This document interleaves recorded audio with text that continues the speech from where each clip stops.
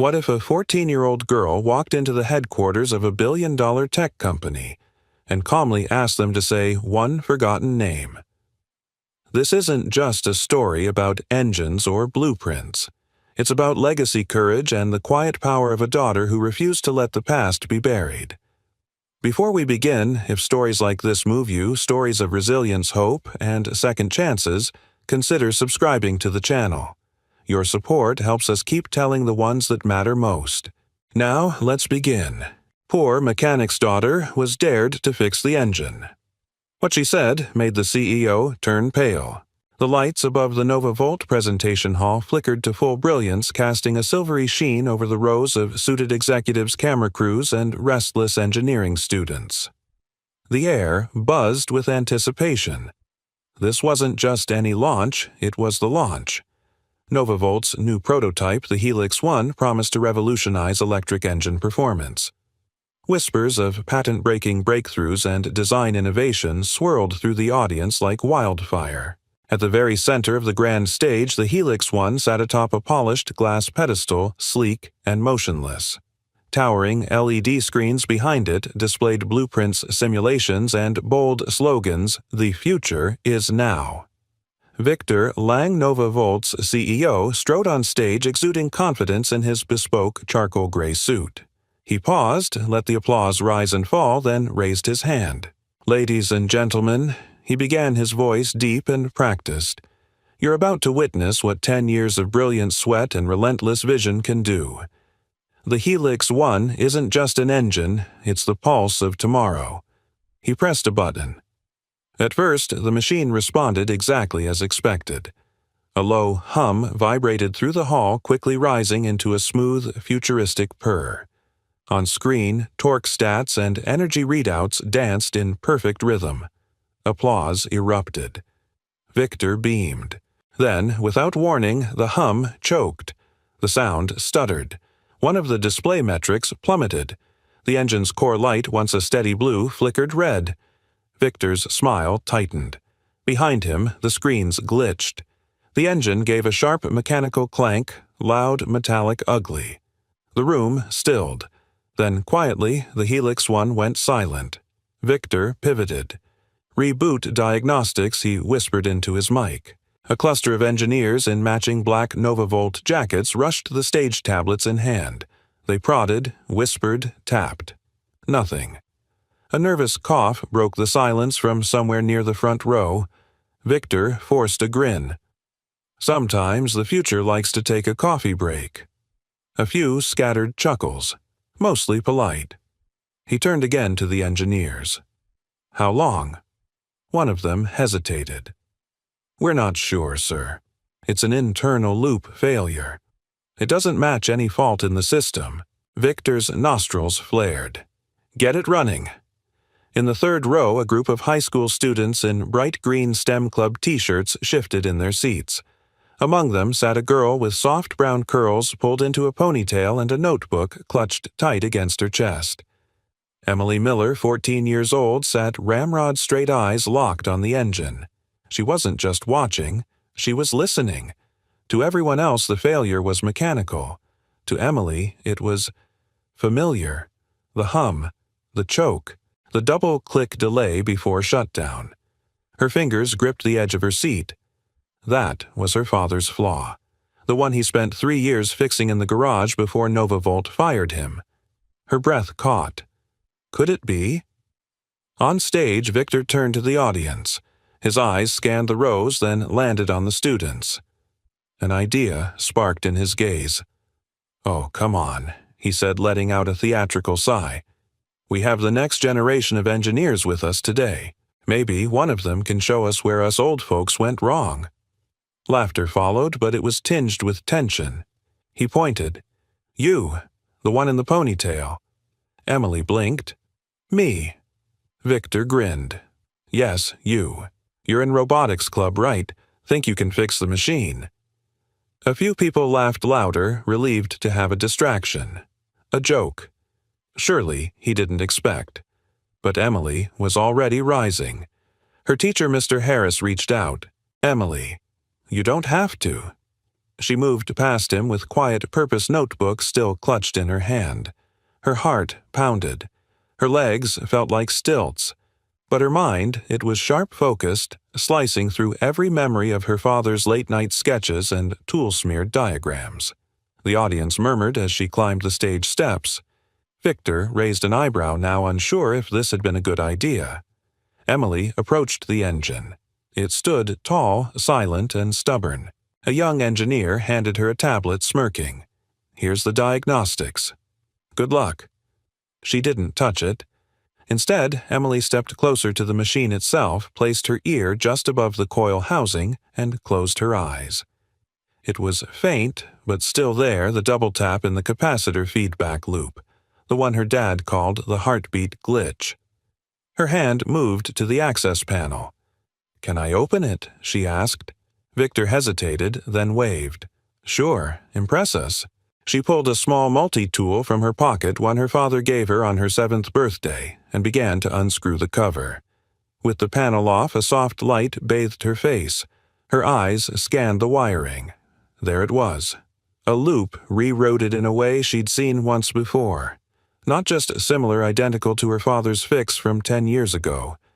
She adjusted 3 lines, rewired a tiny connection, then closed the panel. "Try it now," she said, stepping back. The technician pressed the button. The hum returned. Smooth, steady, stronger than before. Applause erupted, real, surprised, explosive. Victor stared at her. "What? How did you do that?" Emily turned to him, clutching her notebook to her chest. She didn't yell. She didn't smile. She simply said in a calm, clear voice that rang through the room, "Because I watched my dad draw this exact engine when I was 4. Before you fired him." The room fell utterly silent. Victor Lang's face drained of color. A camera zoomed in. The girl from nowhere. The daughter of the man Novavolt erased. And now she had just restarted their future. The applause had long since faded, yet its echoes clung to the corners of Emily's mind like ghosts. She walked stiffly down the backstage corridor, her sneakers squeaking against the polished floor. A staff member tried to speak to her, something about press or the CEO requesting a word, but she barely heard him. Her fingers still trembled around the frayed leather binding of her father's old notebook. Mr. Harris caught up with her, his face a mixture of pride and alarm. "Emily, that was good, Lord, that was something. But do you realize what you just did out there?" She turned to him, her voice quieter than before. "I didn't do it to prove anything. I did it because—" They were pretending it was new. He paused, studying her. "That engine. You think it's the same design?" Emily opened the notebook to a page near the back, yellowed, wrinkled, and smudged with grease. The diagram there, hand-drawn in ink and pencil, was unmistakable. The core loop, the routing system, even the capacitor housing it was all there. Her father's writing curled around the edges like whispered thoughts. "Check third wire crossover. Coil needs isolation." Mr. Harris exhaled. "Jacob Miller." She nodded. "My dad." He glanced around the empty hallway before lowering his voice. "Emily, your father was a legend in the garage back then. Some said he had the best mind Novavolt never used. And when they let him go, the rumor was he'd tried to file a patent, but it got buried." Emily's eyes flickered. Buried, rejected, lost, misfiled, pick your word. All I know is a few months after he was fired, a new name showed up on Novavolt's breakthrough designs. Not his. They stood in silence. She closed the notebook gently, the binding soft from age, the pages worn from being held too tightly for too many nights. She had kept it hidden under her mattress for years, reading it like scripture, listening to the echo of her father's voice as she traced his sketches with her fingertips. He used to tell her that engines were like people. If you didn't listen to them, really listen, they'd break down. Emily was 4 when her father stopped smiling. She could still remember the day the letter came. Her father stood in the kitchen holding the envelope from Novavolt while the toaster ticked and the radio hummed low. Emily had been coloring on the floor using old blueprints he gave her as scrap paper. When he read the letter, his shoulders didn't slump. He just froze, as if someone had unplugged the power to his soul. They told him he had violated protocol, shared internal concepts, jeopardized company trust. But Jacob Miller wasn't a thief. He was a builder, a fixer, a dreamer with oil-stained hands and a heart too soft for boardrooms. After that day, everything changed. The garage became his world, not out of bitterness, but because it was the only place that still made sense. He spent hours there hunched over the same blueprint Emily had just shown to the world. She used to sit next to him on a crate, legs swinging, asking him why wires needed jackets, why volts couldn't be seen. And he always answered. He taught her more in that dusty garage than she would ever learn in a classroom. But money got tight. His tools grew rusty. The engine he'd been building from scratch, his masterpiece, remained unfinished. Her mother, practical and increasingly impatient, worked double shifts at the diner and pleaded with him to let it go and get a real job. Jacob refused. Then came the accident. A collapsing scaffold on a night shift at a construction site. He wasn't even supposed to be there. He'd taken the job quietly, hoping to save enough money to buy a single part for his engine, the same part that had just lit up the stage at NovaVolt 10 years later. Emily was 7 when they buried him. She hadn't spoken at the funeral. She just placed a small wrench beside the coffin one with his initials carved into the handle. Since then, the notebook became her compass. She read it late at night under covers, taught herself how to solder wires and rebuild old toaster motors. Her mother disapproved, said she was chasing a ghost. But Emily couldn't stop. She wasn't trying to prove her father right. She just wanted the world to know he had existed, that he mattered. And now, Victor Lang, the same man who smiled from magazine covers, who spoke of innovation like he invented it, had just watched her breathe life into the machine he claimed to create. Her pulse quickened. Not with anger, with clarity. There was a reckoning coming. Mr. Harris broke the silence. "You need to be careful, Emily. This isn't just about a broken engine anymore. This is legacy. Corporate patents. They don't play nice when there's $1 billion on the line." "I'm not afraid," she said, her eyes steady. "They buried him once. I won't let them do it again." Mr. Harris looked at her the way a father might, half fear, half awe. "Then you're going to need allies." "And proof." Emily nodded slowly. "I have the notebook. You're going to need more." She tightened her grip on the worn leather binding. "Then I'll find it." She turned back toward the exit, stepping into the gray-blue light of the evening. Behind her, the hum of the engine still echoed faintly through the walls, her father's hum. The world just didn't know it yet. But they would. The garage still smelled like him. It had been 7 years, but somehow the air still carried a faint blend of motor oil, rusted steel, and lemon hand soap, her father's favorite. Emily stood just inside the doorway, her fingers grazing the light switch before deciding not to turn it on. The sun was setting outside, casting long shadows over the concrete floor. That felt right. Like memory itself was bleeding through the walls. The workbench was covered in dust now, save for a few old bolts and a cracked voltmeter. Cobwebs clung to the corners. The engine block her father had worked on his masterpiece sat frozen mid-build, half covered by an old tarp. Emily walked toward it slowly, her shoes crunching over tiny fragments of metal and time. She reached for the tarp, paused, then pulled it back. There it was. A block of history and heartbreak, unfinished and mute, but not forgotten. Her fingers traced the initials etched in the corner of the housing, J.M. rough and shallow, scratched by hand. She closed her eyes and saw him there, sitting on the rolling stool, wiping sweat from his brow with the back of his arm, gesturing with a socket wrench as he explained thermal conversion like it was a bedtime story. "See this," he once said, tapping the capacitor coil. "It's the brain." But that he pointed to the feedback loop, that's the soul. If you don't listen to it, you'll never hear what it's trying to say. Emily smiled even as tears burned at the edges of her vision. That day in the NovaVolt hall had awakened something. Not just in her, but in the truth itself. A truth that had been packed away, buried deep, and left to rust like this engine. She pulled a milk crate toward the bench and sat down. From her backpack, she took out the notebook and laid it gently beside the motor. Page after page of sketches, annotations, formulae, each one a breadcrumb back to the man the world had forgotten. Back when he died, her mother had taken every blueprint, every model, every scrap of his work and boxed it all up. Said it was time to move on. But Emily had kept this one notebook hidden under her bed. She knew it by heart. Still, she flipped through it now with careful hands, eyes scanning, mind turning. There. Page 47. The capacitor loop sequence identical to the one she'd seen inside the Helix 1.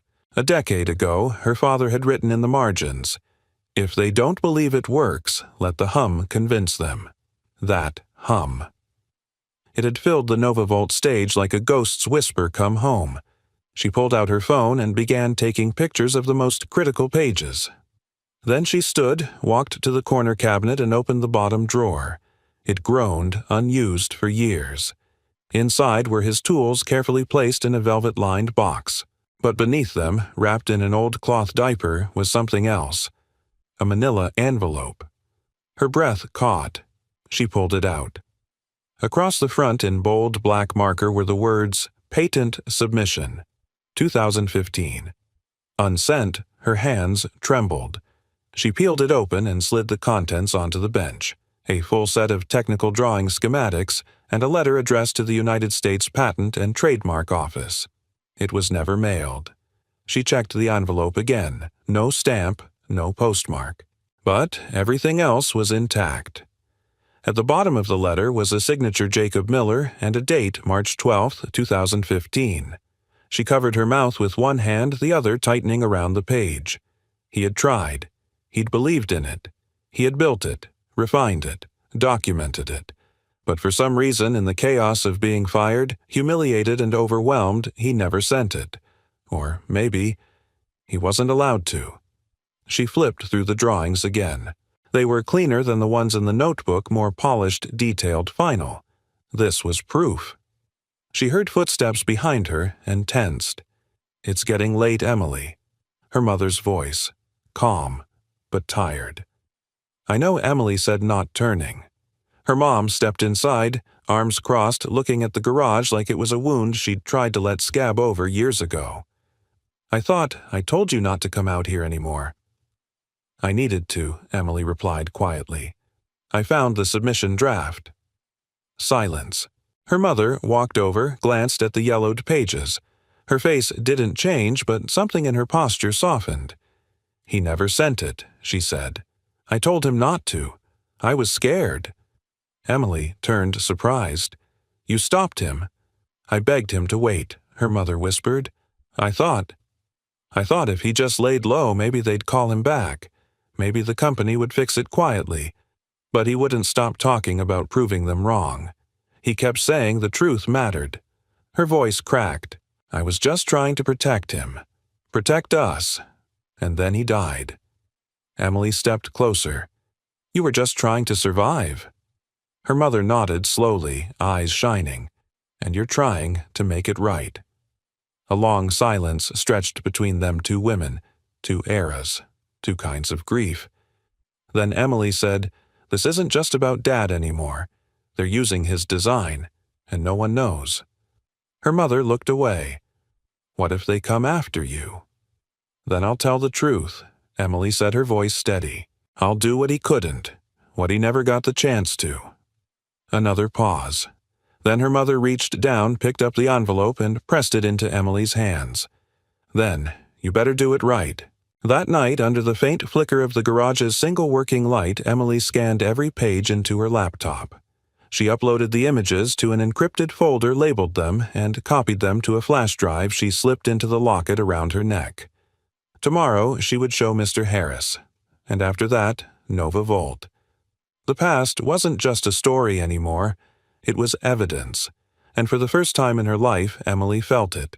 Not just grief. Not just anger. Power. The kind her father always said came not from machines, but from standing by the truth. The morning light filtered through the blinds, cutting thin gold lines across Emily's bedroom floor. She sat at her desk, fingers still curled around the flash drive in her palm like it was some kind of holy relic. She hadn't slept much. After scanning the documents from the garage, her mind had raced through the night memories of her father's voice, the hum of his prototype, and the stunned silence that followed her words on the Nova Volt stage. Now, the world outside moved on, unaware that something irreversible had shifted. Her mother knocked softly, then pushed the door open with a steaming mug of coffee. "You didn't sleep," she said gently, setting the cup down. Emily shook her head. "Couldn't." Her mother glanced at the notebook and laptop still open on the desk. "What are you going to do next?" Emily hesitated. "Mr. Harris. He's the only one who believed me. I think he can help." Her mother gave a soft nod, then tucked a strand of hair behind Emily's ear like she used to when Emily was little. "Just promise me one thing. Don't let the fight make you forget why you started." Emily looked up. To make them remember him? No. Her mother smiled. To make them see him. At school, Mr. Harris was waiting in the workshop classroom, the faint smell of solder and burned wire lingering in the air. The walls were lined with half-finished student projects, tiny robots, circuit boards, gear assemblies. But it was Emily's arrival that pulled his attention. He stood the moment she walked in. "You brought something," he said. Emily nodded and handed him the flash drive. He plugged it into his laptop and scrolled in silence. His eyebrows slowly lifted as the schematics loaded page after page of meticulous designs, timestamps, calculations, clear evidence that someone had built the Helix One years before it ever hit a Nova Volt lab. When he reached the cover letter to the USPTO, Jacob Miller's name and the unsent date, he leaned back in his chair and exhaled hard. "Emily," he said, voice low, "this isn't just technical similarity. This is original authorship. I know. These alone could open an inquiry. Especially with what you did on stage. They won't listen to a teenager." "They might," Mr. Harris replied, "if it's a teenager with a teacher who used to work at NovaVolt and knows exactly who was in charge of R&D back in 2015. Emily's eyes widened. "You were there?" He nodded. "Only for a few years. Your father trained me when I was fresh out of college. He was the real deal, passionate, brilliant too, honest for his own good. When he disappeared from the design team, none of us were told why. They just said he broke protocol. No one asked questions. And I've regretted that for a long time." Emily swallowed hard. "Do you think Victor Lang knew I'd bet my pension on it?" A knock at the door interrupted them. A student aide handed Mr. Harris an envelope marked with the Nova Volt seal. Emily's heart jumped. He tore it open. His brows furrowed as he read. Then he looked up slowly. "They've invited me and you to attend a follow-up demonstration. Today, noon sharp." Emily's stomach tightened. Me. Why, they're calling it a community appreciation gesture. But I think it's damage control. She stared at the floor. "They're going to try and spin it," probably Harris said. "But it's also your chance to be in the room. And if you're ready, we can make sure they can't ignore you again." Nova Volt's campus glimmered like a glass cathedral against the noon sun. The main lobby was buzzing with guests, journalists, influencers, local STEM students, community leaders. Everyone was smiling, sipping complimentary cold brews, staring at the futuristic engine in the center like it was a sculpture. Emily walked beside Mr. Harris, her father's notebook tucked inside her backpack, the flash drive in her pocket. A tall woman in a blue blazer greeted them. "Thank you for coming, Miss Miller. Mr. Harris. The CEO will be speaking shortly." Emily recognized the woman from news articles. Claire Renner, NovaVolt's head of public relations. Every move she made seemed rehearsed like a chess player halfway through a very long game. "Please, this way," she said with a smile, too perfect. They were ushered into the demonstration hall again, same stage, same engine, same CEO. But the atmosphere had changed. There was tension beneath the polished surface. Victor Lang stood at the podium charismatic as ever, but with a new edge in his voice. "We're grateful for the community's enthusiasm," he began, "and for the incredible young talent that continues to inspire innovation here at Nova Volt. Today, we're proud to present a restored demonstration of the Helix One, now updated and fully operational." Applause. Emily sat in the front row, eyes locked on the engine. Lang continued, "And we're especially honored to welcome back Emily Miller, whose curiosity and initiative reminded us all why the future lies in the hands of the next generation." More applause. Emily blinked. Curiosity, initiative. He was turning her truth into a soundbite. As Lang stepped down, the press surged forward. Claire Renner smiled as she gestured to Emily. "Emily, would you like to say a few words?" Mr. Harris touched her arm gently. "You don't have to." But Emily stood. She walked to the podium, not with nervousness but with purpose. She looked out at the crowd, then back at the engine. "My name is Emily Miller." She began, her voice clear and even. "I'm 14. I love machines. I love the way they hum when they're happy." The room chuckled softly. "And I love my dad. Jacob Miller. He worked here once. He built engines, too. A few heads turned. He never got credit for the design he spent years perfecting. He was fired before he could finish, and then he died trying to prove it mattered." Now the silence was deep. Emily pulled the notebook from her backpack and placed it on the podium. "This is his. It contains the original blueprint for what you now call the Helix One. Dated, signed, documented. I have copies. I've uploaded it all. I'm not here for a spotlight. I'm here so no one forgets the name Jacob Miller again." She stepped back. No applause. Just silence. And in that silence, Victor Lang, once towering, once invincible, sat frozen. His face pale. His empire trembling. The truth had entered the room, and it spoke with a 14-year-old girl's voice.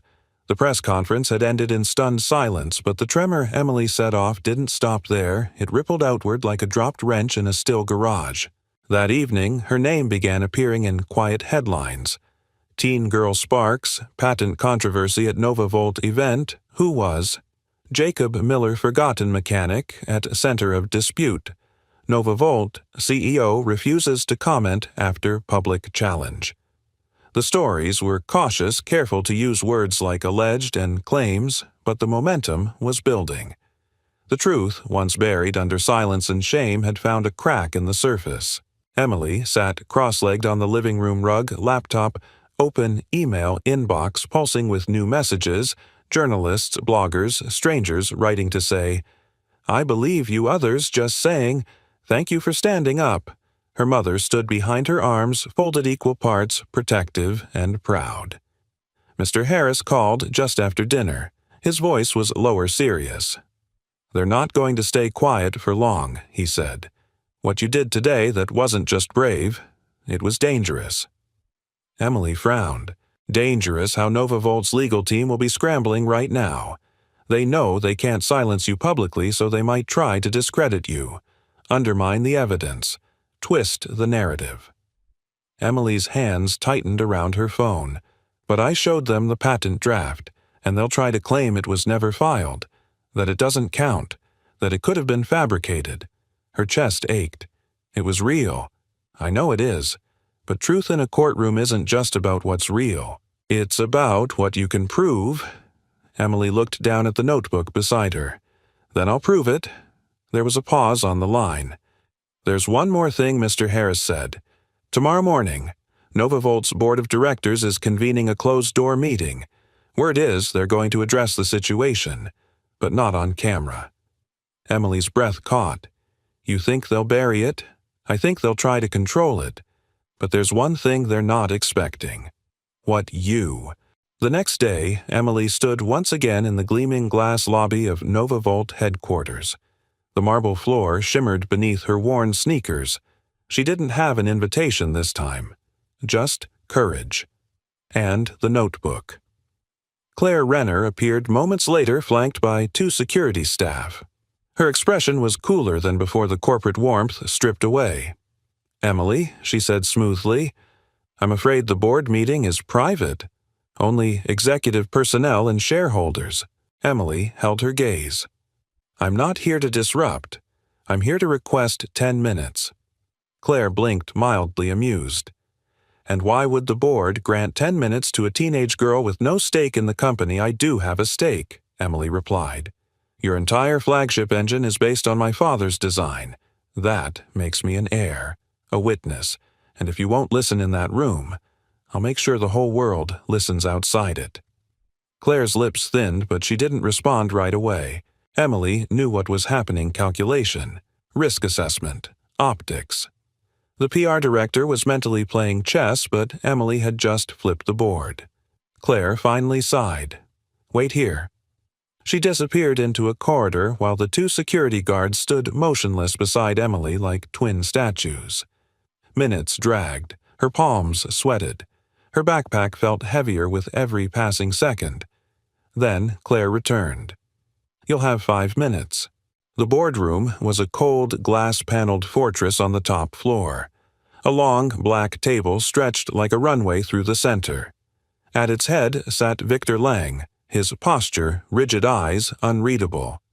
Around him were a dozen men and women in suits, some curious, some irritated, all guarded. Claire gestured to the empty end of the table.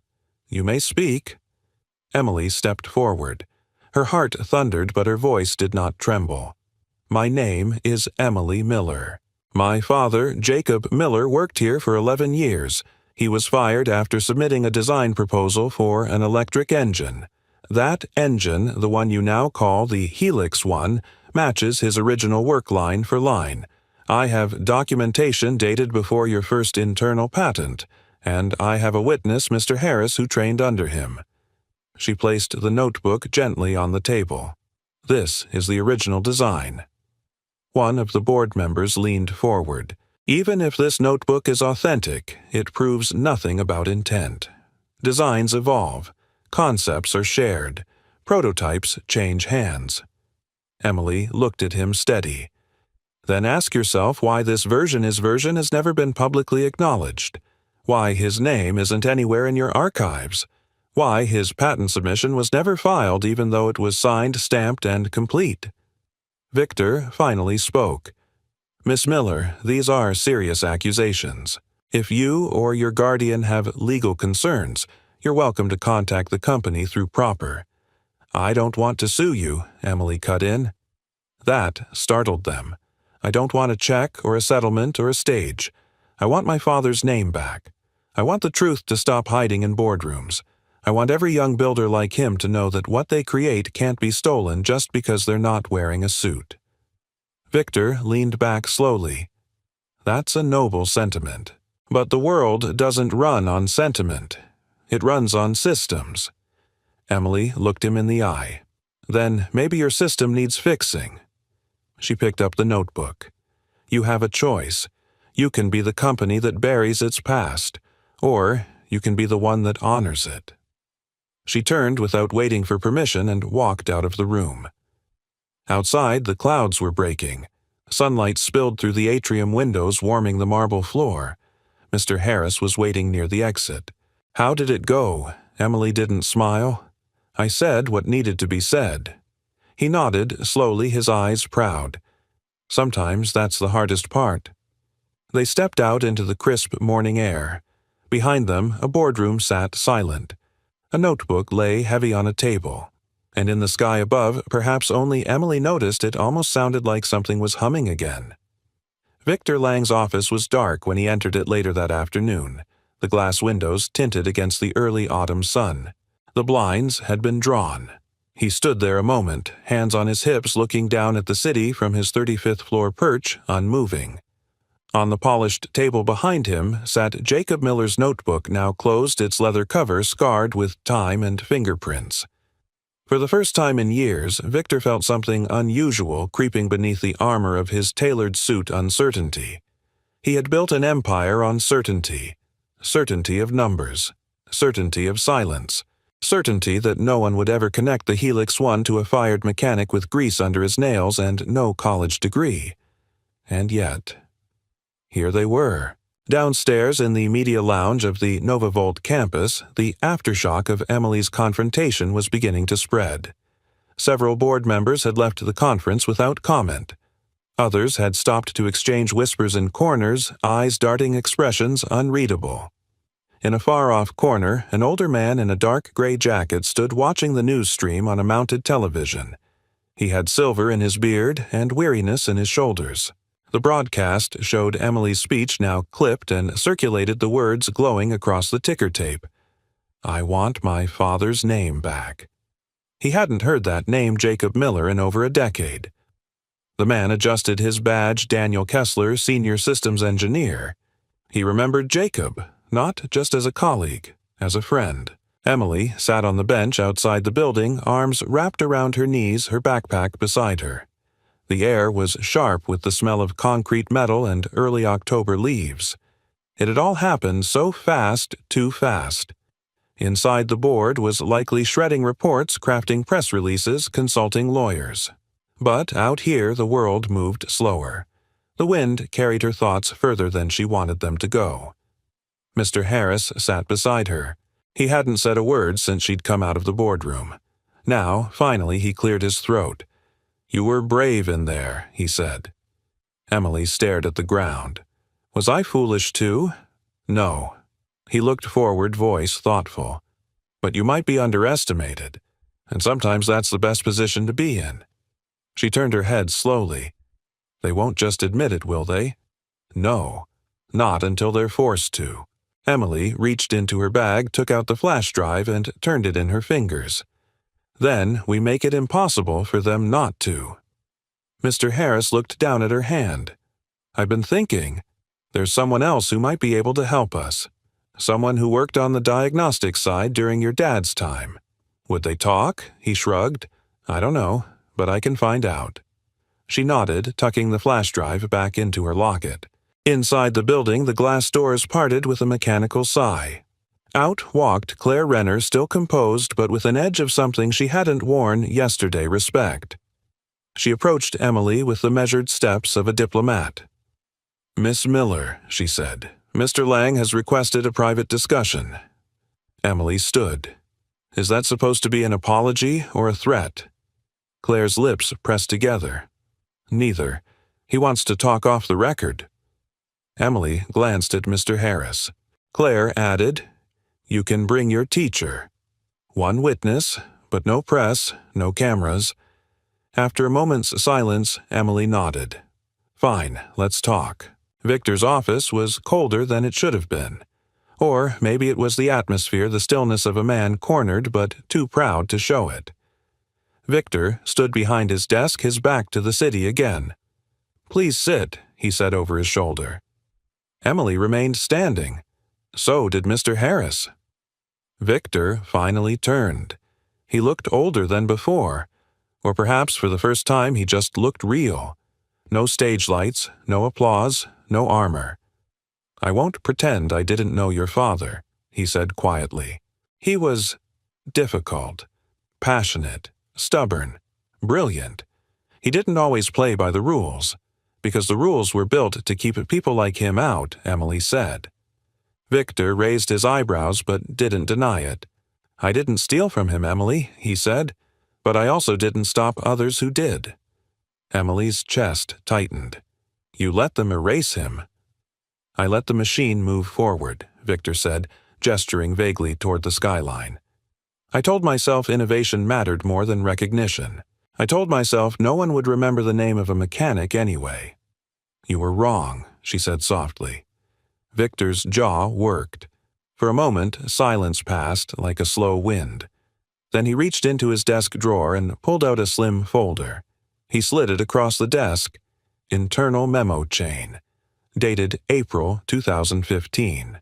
It shows the transition from your father's prototype to the corporate design phase. His name was on the first 3 drafts, then it wasn't." Emily opened the folder slowly. It wasn't a smoking gun, but it was a map of what had happened. A paper trail. Something tangible. Victor sat down, hands folded. "I can't change the past," he said, "but I can take it to the board. Make it right." "Do it," Emily said, standing tall, "because if you don't, I will." Victor looked up at her, not with power, but with something closer to surrender. "You really are your father's daughter." Emily turned to leave the folder in her hand, her steps firm. Mr. Harris followed. At the door, she paused just once and looked back. "You didn't just steal an engine," she said. "You stole his silence. But not anymore." The door clicked shut behind her. Victor Lang remained seated, surrounded by floor-to-ceiling windows, and for the first time in his career he couldn't see a way forward that didn't start with going back. It was well past midnight when Emily sat down at the kitchen table, the house dark except for the soft golden glow of the overhead light. Her mother had gone to bed hours ago, but Emily couldn't sleep. Not with the folder still open in front of her, not with her father's name printed in black ink on internal memos, then crossed out line by line like it had never been there. She ran her fingers slowly over the dates. The paper was cool to the touch, but her chest burned. Every line was a quiet betrayal, every signature a nail in the silence they'd built over her father's grave. And now it was hers to undo. Her phone buzzed.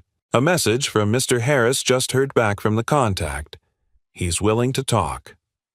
Emily's thumbs hovered above the screen. Tomorrow, 8:30 a.m. His name's Daniel Kessler. He says he remembers everything.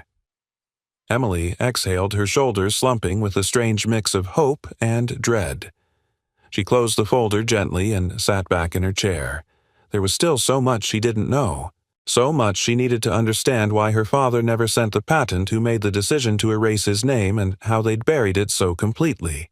But tomorrow maybe she'd get answers. And maybe they'd hurt. Daniel Kessler's home was nothing like Novavolt. It was a modest, single-story ranch in the outskirts of town with a cracked driveway and a yellowing mailbox that read Kessler in peeling letters. A small garden sat half-tended near the porch, and a wind chime clinked faintly in the morning breeze. Mr. Harris knocked twice. Emily stood beside him, the folder tucked under her arm. The door creaked open. Daniel Kessler looked older in person than he had in his ID photo. His beard now fully silver, his hands calloused and his eyes sharp behind thick glasses. "You're Jacob's girl," he said, not as a question, but a fact. Emily nodded. "Yes, sir." He opened the door wider. "Come in." They stepped inside. The living room was cluttered with old radio circuit boards and shelves lined with engineering manuals. Kessler waved toward the couch. "Didn't expect to ever talk about this again," he said, settling into a faded recliner. "But I saw your speech. Brave thing you did." Emily met his eyes. "I need to know what happened. All of it." Kessler nodded slowly. "Then I'll tell you." He began with 2015. Your dad was working on a self-stabilizing loop, something no one at Novavolt had pulled off yet. He called it active hum mitigation. Most of us thought it was theoretical. Then one day he brought in this crude prototype made from scrap and duct tape. It worked, ran clean, low vibration, whisper quiet. He paused, smiling faintly. I remember the first time I heard it run. We all stood around like he'd summoned a ghost. Emily listened intently, barely blinking. Kessler's face darkened. Problem was, Jacob didn't file it through the usual channels. He hated red tape. He was scared someone would steal it before it was protected, so he kept most of the data off the network. Hand-delivered copies only. One of those copies ended up with Victor Lang. Emily's jaw tightened. Lang said he didn't steal it. Kessler chuckled grimly. Maybe not directly, but he let others do it for him. He leaned forward. There was a young engineer, then Riley Finn. Bright, ambitious, but cold. She was put on a review team after Jacob was suspended for breaking internal policy. Next thing we knew, her name showed up on early design drafts. Then the project got fast-tracked. Jacob's name was gone. Suspended, Emily repeated. They never said he was suspended. They wouldn't have. It was unofficial. They told him to take a week to think about next steps. But we all knew what that meant. Emily swallowed the rising heat in her throat. And the patent draft. He never sent it. Kessler nodded. He wanted to. Had it in his hand one day. Told me he was going to drop it off at the post office. But that night someone from HR met him in the parking lot. told him it would violate his severance agreement and open him up to litigation. Mr. Harris leaned forward, so they scared him into silence. Scared, manipulated, maybe both. He was proud, but he was exhausted, and he had a daughter to feed. Emily looked down at her hands. "He never told me any of that," she whispered. Kessler's voice softened. "He was trying to protect you. That's the kind of man he was." She knotted her throat tight. "There's one more thing," Kessler said, rising from his chair. He walked to a filing cabinet in the corner, opened the bottom drawer, and pulled out a dusty USB drive. "I kept this. It's from the diagnostic server Jacob used, before they wiped his account. Has system log simulation timestamps a video file too, him testing the prototype. Might be the only footage left." Emily stood stunned. "Why didn't you come forward?" Kessler met her eyes. "Because no one was listening. But now, someone is." He pressed the drive into her hand. "I owed him more than silence." Back home, Emily plugged the USB into her laptop. The folder opened with a soft chime revealing dozens of files but only one video. She clicked play. The screen flickered. Her father appeared, young, tired, smiling. His hands were blackened with oil. Behind him in the garage, the prototype engine rested on a wooden table. He looked at the camera. Test number 12. Active mitigation loop adjusted. "Emily, if you're watching this someday, yes, I see you sneaking into the garage. This is the one that hums the way you like. The one that purrs instead of roars." He winked. Then he hit the switch. The engine came alive. It wasn't loud. It didn't shake. It sang. And Emily, in her quiet bedroom in 2025, began to cry, not from sadness but from something deeper. Validation. He hadn't imagined it. He hadn't failed. He had built something real. And now, so would she. She wiped her face, opened her email, and attached the video. Then the folder of logs. Then the scans of the patent draft. Then the memo from Victor Lang. She addressed it to 3 people, the USPTNO, a national investigative journalist who had written her that morning, and NovaVolt's board of directors. Subject line, "What you buried." Then she hit send. Emily didn't sleep that night, not even for a moment. She sat at her desk in the silence, her eyes burning from the screen's glow, her heart pounding with something that felt halfway between terror and purpose. The video of her father ran on loop in her mind, his crooked grin, his soot-streaked hands, the gentle pride in his voice when he spoke to the camera, and the unmistakable hum of the engine. She had sent it to the world. Now she waited for the world to listen. At 6:42 a.m., her inbox chimed. Subject, What You Buried, from Nora Bain. Independent investigative journalist Emily, this is extraordinary. I verified the file timestamps and cross-checked the names in your documents. I'm reaching out to former NovaVolt employees. Please call me when you're able. I believe your story could go national. Emily reread the message 3 times before her shaking fingers dialed the number at the bottom. Emily Miller, the woman's voice was crisp but kind. Yes, thank you for answering so quickly. I should be thanking you, Nora said. You may have just unraveled the most significant buried IP theft case I've seen in a decade. They spoke for 20 minutes, Nora asking questions with the surgical precision of someone who had seen too many lies and was trained to spot the shape of truth. She promised to protect Emily's identity where possible, but warned that NovaVolt's lawyers wouldn't play fair once the story broke. I don't want to be anonymous, Emily said. I want them to say his name. Nora's pause on the line was brief but meaningful. Then we'll say it loud. By mid-afternoon, the first wave hit. A blog post on TechTrue titled, A Mechanic's Ghost, Did NovaVolt Build Its Fortune on Stolen Genius? Within hours, The Verge Wired and GadgetByte had picked it up, adding their own layers of commentary. Screenshots of Jacob Miller's patent draft video clips from the USB drive and stills from Emily's confrontation on stage now filled every corner of the internet. Justice. For Jacob began trending on social media. At school, Emily sat in the back of her English class as notifications buzzed in her pocket like a second heartbeat. Her classmates whispered and glanced her way, some with wide eyes, some with cautious respect. Even the teacher paused awkwardly during roll call before clearing his throat and continuing as if nothing had changed. But everything had changed. That evening, as golden light spilled into the kitchen, Emily watched her mother stare at the television. A news anchor stood in front of NovaVolt's headquarters reading aloud a statement from the company. NovaVolt is aware of the allegations regarding the Helix 1 design. We take matters of intellectual property and legacy seriously and are conducting an internal review. Internal review, her mother muttered. Translation, they're panicking. Emily sat down slowly. They're trying to stay ahead of it. Her mother turned to her eyes, soft and shining with something deeper than pride relief. You did it, she whispered. You really did it. Not yet, Emily said, but they're listening now. Her mother reached across the table and took her hand. He'd be so proud of you, Emily. So proud. Emily couldn't speak. She just nodded, the lump in her throat too heavy.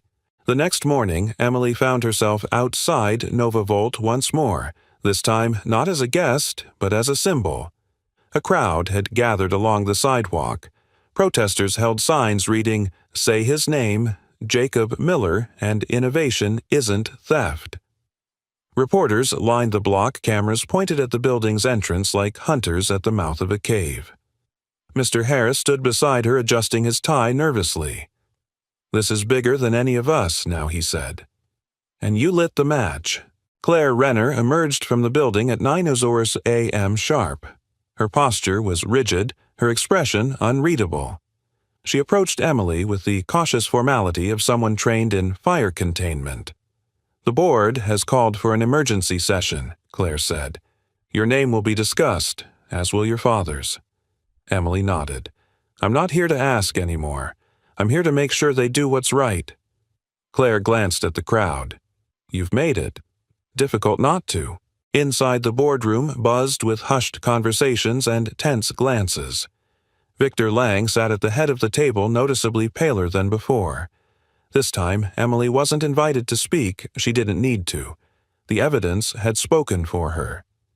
In a glass-walled side room, she and Mr. Harris waited with Claire. A flat screen mounted on the wall streamed live financial data. NovaVolt's stock, for the first time in months, was dipping. Claire broke the silence. "I've been in corporate PR for 17 years, she said. "We've dealt with supply chain scandals, tech failures, a battery fire lawsuit, but nothing hits the public like a buried conscience."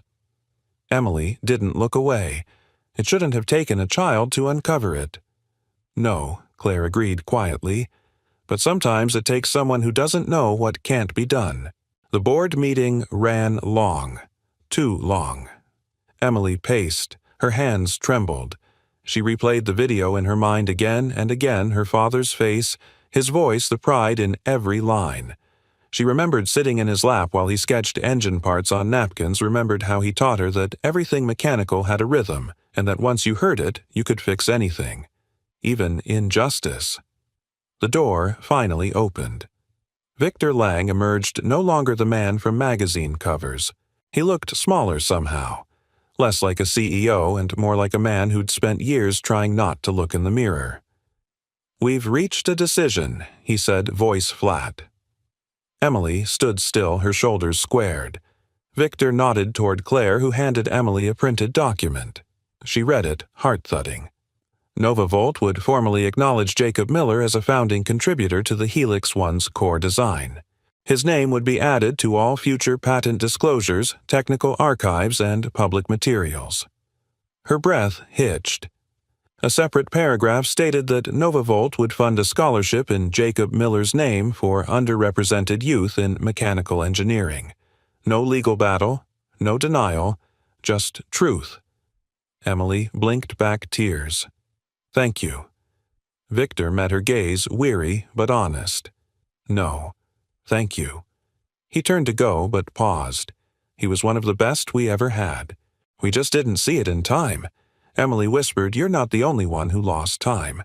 Outside, the crowd erupted when the news broke. Emily stood beneath the morning sun, her father's notebook clutched tight in her arms as reporters shouted questions and cameras flashed. But she wasn't there for them. She closed her eyes, tilted her face toward the light, and whispered one name into the wind. Dad. And for the first time in 10 years, it felt like the hum of his engine wasn't buried anymore. It was everywhere. The hearing room inside the U.S. Patent and Trademark Office building in D.C. was nothing like the gleaming NovaVolt Tower or the shadowed intimacy of her father's garage. It was fluorescent lit, cold, bureaucratic. The kind of place where truth was supposed to live on paper and in procedure, not in people's hearts. Emily sat between her mother and Mr. Harris, both dressed simply but neatly. Her own palms were damp inside the sleeves of her navy cardigan. In front of them sat a narrow table with a small microphone, and beside it a worn leather notebook laid gently like something sacred. To her left were NovaVolt's lawyers, crisp suits, thick files, unreadable expressions. But no Victor Lang. He hadn't come. Perhaps that was his final decision as CEO resigned the day before the hearing, a quiet exit from the storm he helped create. A woman in her 50s with clear eyes and a silver bob sat at the center of the tribunal. She adjusted her glasses and glanced over the assembled crowd. This is an evidentiary hearing regarding patent dispute filing E-PN in 38674, she began, voice precise. It pertains to the alleged origination and misattribution of technical components within the NovaVolt Helix 1 powertrain system. Her gaze shifted toward Emily. Miss Miller, are you prepared to present your statement? Emily stood. For a moment, she just breathed. Then she stepped forward. My name is Emily Miller, she said, voice clear but soft. I'm 14. My father was Jacob Miller. He worked as a mechanic and technician at NovaVolt between 2004 and 2015. He wasn't famous. He didn't have a degree, but he was brilliant. And the Helix 1, the thing that's powered headlines and profits and promises, is built on his hands, his mind, and his silence. One of the patent officials leaned forward. Do you have direct evidence of authorship? Emily nodded. Yes, ma'am. She opened the folder Mr. Harris had helped her organize, dated blueprints, simulation logs, diagnostic readouts, the unsent patent draft, all now notarized. Then, with reverence, she placed a printed transcript of her father's video testimony on top of the pile. Every page tells the same story, she said. He created the loop stabilization system in our garage, and it was taken. His name removed, his work buried, all because he wasn't the right face for innovation.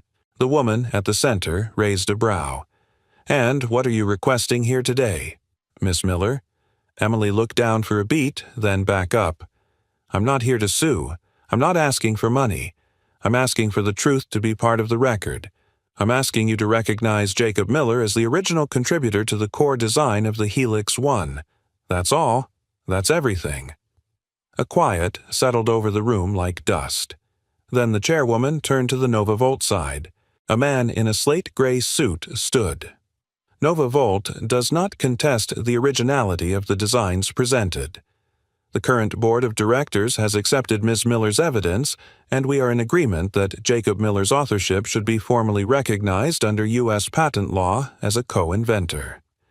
Gasps rippled through the courtroom. Emily's knees almost buckled. Her mother reached over, gripping her hand tightly. The lead official nodded solemnly. Then this panel formally recommends the amendment of Patent No. 1224-3 to include Jacob Miller as co-inventor of the loop stabilization system now powering the Helix 1 engine. This recommendation will be submitted for record with immediate effect. It was done. In a room of papers and protocols, her father's name had finally been written back into history. They exited into a cloudy afternoon, the air crisp with early November. Emily felt the wind tug at her hair as if even the world wanted to say something. Reporters waited again, but fewer now, just the ones who had followed the story from the beginning. Nora Bain was among them, her notepad tucked under her arm, her eyes warmer than any lens. You did it, she said simply. No, Emily replied, glancing at her mom and Mr. Harris. We did. That evening, back in their quiet house on the edge of the town, Emily sat at the kitchen table, the old notebook in her lap. The front cover was soft now, the leather cracked along the spine, the corners dog-eared from years of hope and hiding. But it was whole. And so, for the first time, was she. Her mother came over with 2 mugs of cocoa and set one beside her. You know, she said when he started sketching that engine, I thought it was just another of his impossible dreams, something he'd tinker with and never finish. Emily looked up. He didn't finish it? No, her mother said, but you did. Outside, the wind stirred the trees. A hum rose faintly in the distance, just a neighbor's old engine, probably. But to Emily, it sounded like a song. Her mom reached into her pocket and pulled something out. It was the small wrench Emily had placed in her father's casket all those years ago. Her mother smiled faintly. I couldn't let them bury this, too. Emily took it slowly, her hands curling around the cool metal. It's his. No, her mother said. It's yours now. Later that night, Emily logged onto her email and opened a new message. The subject line read, "To every kid who builds in silence." She typed, "My name is Emily Miller. My dad didn't have a fancy lab or a title. He built things with his hands, his heart, and his time. When the world told him he wasn't enough, he believed them. But I didn't. If you're a kid building engines out of junk or sketching blueprints on the backs of homework, keep going. Because the truth has a hum. And when it's finally heard, it changes everything." She hit publish. And with that, the last bolt of her father's story was finally in place. It began not with fanfare, but with an envelope. Thin, cream-colored, embossed with the official seal of the United States Patent and Trademark Office. It arrived at the Miller household 3 weeks after the hearing nestled between utility bills and seasonal catalogs. Emily's mother nearly missed it tucked beneath an advertisement for winter tires. But Emily knew the moment she saw it, this was the one. She slid it open with shaking hands and pulled out the single-page certification. Her eyes scanned each line until they landed on the words that changed everything. Amended patent, Hetork 1.224/3, officially recognizes Jacob Michael Miller as co-inventor of the Helix 1 active loop stabilization system as of November 14, 2025. For a moment, she could only stare. Then she pressed it to her chest and closed her eyes. He was there. Not in some imagined way, but in ink, in law, in history. The announcement broke across the media later that day. Unlike the early speculation and cautious headlines this time, the tone had changed. Mechanic's name, restored in landmark patent case. The New York Times. The engine that hummed Jacob Miller's design. Recognized. After a decade, NPR Teens Courage Rewrites Tech History. Vox Nova Volt issued a formal statement posted publicly and read aloud by their interim CEO. We honor the innovation and contributions of Jacob Miller, whose vision helped shape the future of clean engine technology. We also recognize the strength and determination of his daughter, Emily Miller, without whom this truth might never have come to light. NovaVolt is committed to ensuring the integrity of all inventor recognition moving forward. It wasn't perfect, but it was honest. And it was public. A week later, Emily and her mother were invited to a dedication ceremony at NovaVolt headquarters. Mr. Harris came too beaming in a newly pressed blazer that looked at least a decade old, but well loved. The event was quiet, no stage lights or ticker tape. Just a plaque installed in the main engineering hall affixed beside the Helix 1 display. Emily read it in silence. In memory of Jacob Miller, co-inventor, mechanic, father. His hands built what others could only imagine. His silence was a loss. His voice now lives on. A hum filled her ears, soft, subtle. She realized it was the engine running behind the glass panel, polished, refined, gleaming with promise, but she no longer saw a product. She saw him. Her mother reached for her hand. He would have hated all this attention. Emily smiled, tears slipping down her cheeks. But he would have loved that they finally listened. That night back home, Emily received an unexpected email. It was from the Dean of the National Institute of Mechanical Science. Emily, we'd like to formally offer you the inaugural Jacob M. Miller Memorial Scholarship for Youth Innovation in Engineering. Full tuition. Your father inspired more than a system, he inspired a generation. And you've sparked something even larger. We hope you'll consider joining us. P.S. We'd also like to include your notebook in our National Engineering Archive if you're ready to share it. Warm regards, Dr. Samantha. Lee Emily stared at the screen for a long time. Then she opened the top drawer of her desk and looked at the old notebook still thick with pencil dust and grease smudges and fingerprints from a man who never got to finish what he started. She placed her hand gently on the cover.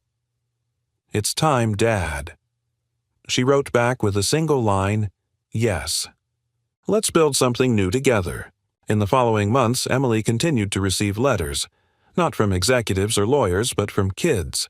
One from a boy in Ohio who built an electric go-kart from salvaged toaster parts. Another from a girl in Montana who'd designed a solar water heater for her barn animals. They all said the same thing in different ways. I didn't think people like us could matter. Now I do. Emily responded to each one. Because they did matter. Her father had mattered.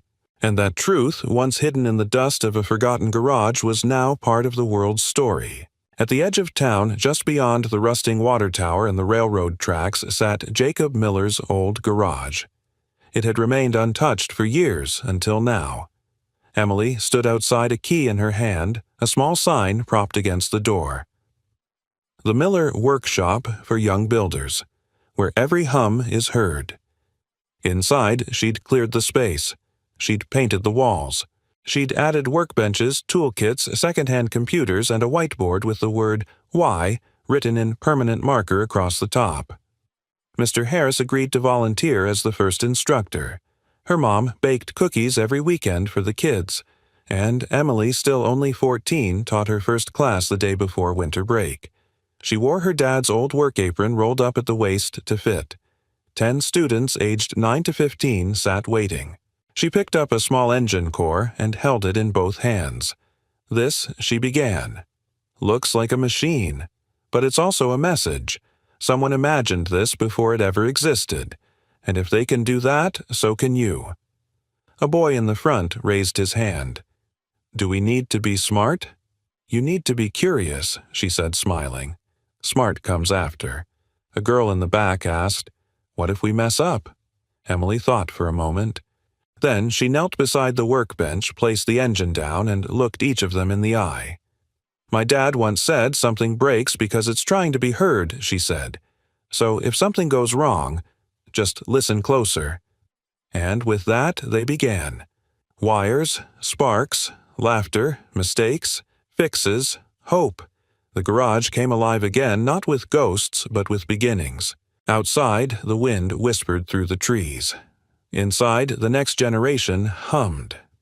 It was just after dusk when Emily flipped the switch and lit the single overhead bulb in the garage. The space glowed with soft amber light, warmer than fluorescent, quieter than LED, casting gentle shadows along the workbenches and shelves. Outside, the sky was the color of slate, speckled with stars beginning to blink into view. She stood for a moment at the threshold, letting the hum of the past settle around her. The hum her father once taught her to listen for, not just in engines, but in people, in ideas, in moments that mattered. Behind her, the garage door stood open to the chilly night. A boy named Mason, only 11, and already fascinated by torque curves, wheeled in a wagon holding a rusted lawnmower engine. A girl named Priya followed with a bin full of salvaged wires and broken fan motors. "Do we sort these by color or length?" she asked. Emily smiled. "Neither. Sort them by possibility." The kids chuckled, already used to her way of answering questions like riddles. But they obeyed, and within moments the room came to life, not loud or chaotic, but with the gentle electricity of concentration. Mr. Harris arrived late, carrying a box of old textbooks and a large thermos of cocoa. "They're getting faster," he noted as he placed the books on the shelf. "They're getting braver," Emily replied, watching Mason pull out a wrench with absolute focus. Her mother stood in the doorway, coat pulled tight, sipping from a mug. "It smells like your dad's workshop used to," she said. Emily nodded. "Feels like it, too." There was something poetic about the way it all had come full circle. This space, once silent, once filled with shadows and half-finished dreams, was now a crucible of small revolutions, of questions, of discovery, and of hope. In the far corner of the garage sat a glass case. Inside was the prototype core, the very same her father had built years ago, restored and cleaned but left untouched in its essence. Next to it sat the worn leather notebook open to page 47, and a small brass plaque, Jacob M. Miller, 1976-2017, builder, dreamer, father. The hum you hear began here. People came sometimes, strangers, engineers, parents. They'd stand in front of that case and stare quietly. Some left letters, others left tools. But Emily didn't need the display to remember. He was everywhere in this place. In the socket wrenches lined up on the wall like soldiers, in the smell of grease and graphite, in the chalkboard at the back where she'd written his old saying, "If it's broken, it's just trying to speak." Later that evening, after the last student had gone home, Emily sat alone on the step of the garage, legs drawn to her chest, hands wrapped around a lukewarm mug. The world had moved on since the hearing. Nova Volt had replaced its leadership-issued scholarships and even launched a new initiative promoting garage-born innovation. The media cycle had spun away chasing fresher stories. But for Emily, the journey hadn't ended in a courtroom or a headline. It ended here, with a quiet garage, with kids who didn't know they weren't supposed to be inventors, with her father's voice still echoing between the rafters. Mr. Harris came out a few minutes later, a coat draped over his arm. "You've built something real here," he said. Emily looked up. So did he. "I just finished it." He chuckled, then sat beside her. "I was thinking," he said, "after a while maybe we host an open workshop next spring. Bring in mentors, other builders. Maybe even name it something." Emily thought for a moment. Then her lips curved. "Let's call it the Hum Project." He nodded slowly. "That sounds just right."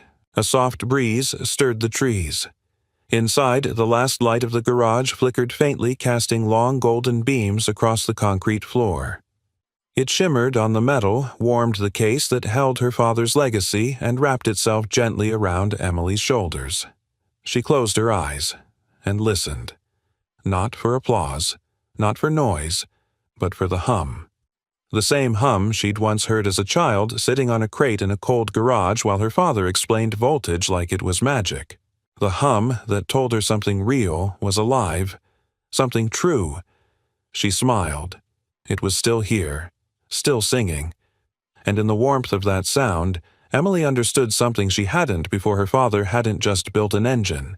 He had built a bridge, between generations, between silence and truth, between dreaming and doing. And now, under the soft glow of a single garage light, that bridge was open to anyone brave enough to cross it. Where are you watching from? We love hearing from viewers all over the world, so drop your city or country in the comments below. If this story touched your heart, inspired you, or simply made you think, don't forget to hit that subscribe button and turn on notifications so you never miss a story like this one. Thank you so much for watching and being part of this storytelling journey. Until next time, stay kind, stay curious, and take care.